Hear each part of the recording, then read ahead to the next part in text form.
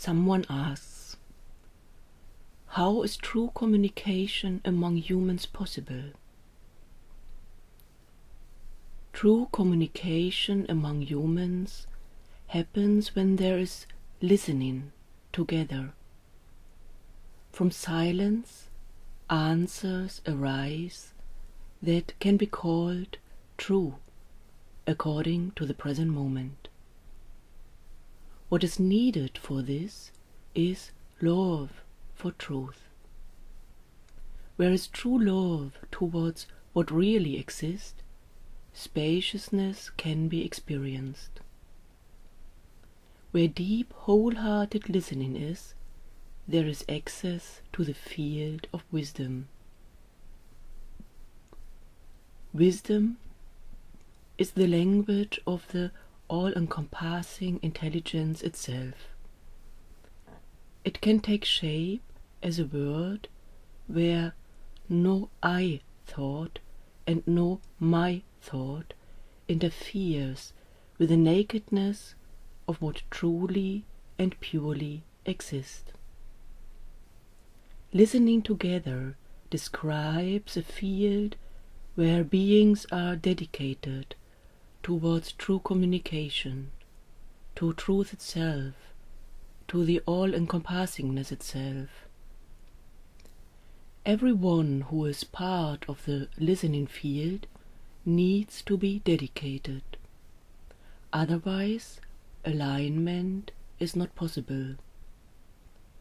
Alignment is needed to be steadfast while listening, so that running away from what is received as questions or answers cannot happen easily. Alignment and dedication protect from falling for fear. Fearing the unknown can bring up high mind activity that interferes with the pure gifts of information flow. Fear can seem like something that protects from getting hurt, but in fact it doesn't. It just blocks the streaming of aliveness. Thereby listening truly and true communication becomes impossible.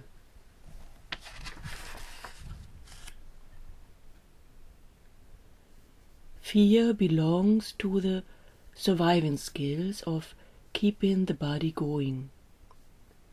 It can be helpful under certain circumstances, when instinct by nature is needed, and wisdom is not accessible. But when fear takes shape as anxiety, as worrying, in form of thinking patterns, running on conclusions, it becomes an obstacle for true listening and true communication. Dedication and alignment help not to fall for programs, patterns, conditionings. It gives the power of being with whatever comes. Thereby the strength is given to let go of the body, not to cling to the body, not to fear the death of the body. It happens by giving oneself to something that is greater than the body. Wisdom itself, truth itself, love itself, compassion itself, they are all greater since they are not transient. Bodies are transient. Mind activity is transient. Going for that which is not transient, which is lasting, keeps one safe from fearing the death of the body. It enables one to become familiar with deathlessness. It might seem like a paradox that the readiness to die leads to the experience of no death. One can only see that this is no paradox at all by experience. First it is needed to be ready to die. Then the experience of no death can appear.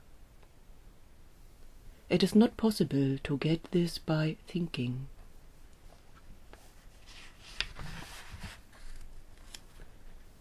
In fact, it needs the death of every single thought first to become capable of the experience of no death. As long there is clinging to thoughts, as long there is enjoying thinking, as long there is pleasure coming from thinking, true communication is not possible. Only when thoughts are not delicious anymore, there is no temptation possible. Wanting to know something, wanting to understand something, can be very tempting. It comes along with the feeling of being the ruler of the world of thoughts, and it comes along with forgetting where thoughts are coming from in the first place. This temptation can only take place where thoughts are believed as my thoughts and my understanding and my knowing, and where this is taken for truth. It cuts off from the natural, neutral energy and information flow.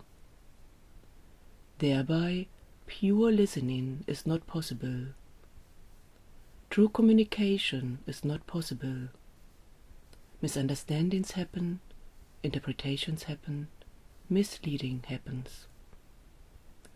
Only one with the ability of a high-trained mind can, even in misunderstanding and misleading, see understanding and leading.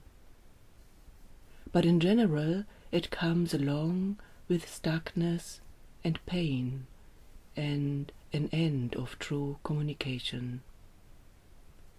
Where is an open heart, there is an open mind possible. Where is an open mind, there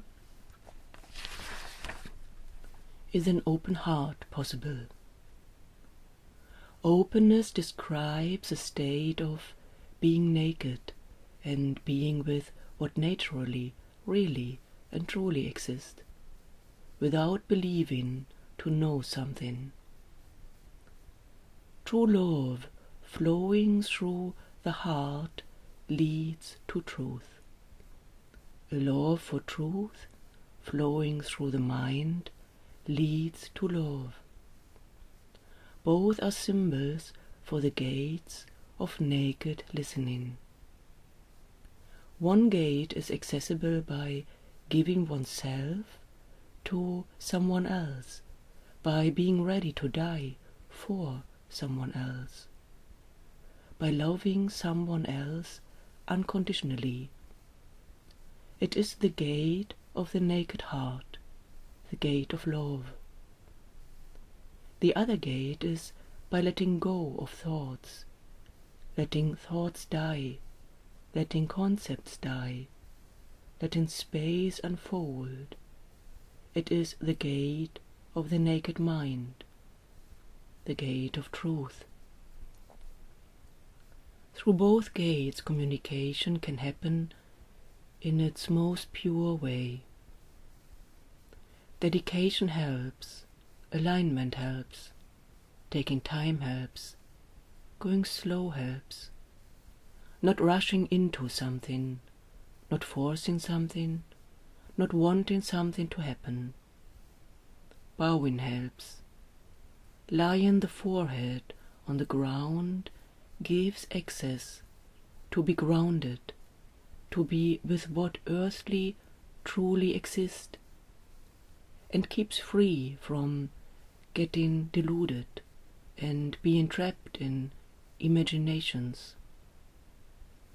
since even emptiness, for example, can be due to an imagination and not due to experience.